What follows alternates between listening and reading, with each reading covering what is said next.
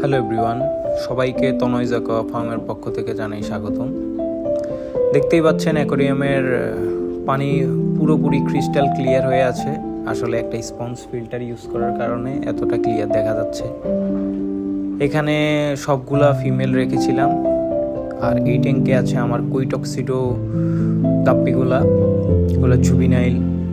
আর এখানে আছে আমার অ্যান্ডলার গাপ্পিগুলা, আর কিছু মিক্স রেখেছি এখানে। এখানে দেখতে পাচ্ছেন আমার কোরাল ব্লু মেটালের বেবিগুলা, আর এখানে আছে কোরাল ব্লু মেটালের কিছু বেশিরভাগ সংখ্যকই ফিমেল আছে, মেলগুলো আমি আমার অ্যাকোরিয়ামে নিয়ে আসছিলাম। এখানে আছে আমার রেড রোজের ফিমেলগুলা, মেলগুলো আমার অ্যাকোরিয়ামে আছে।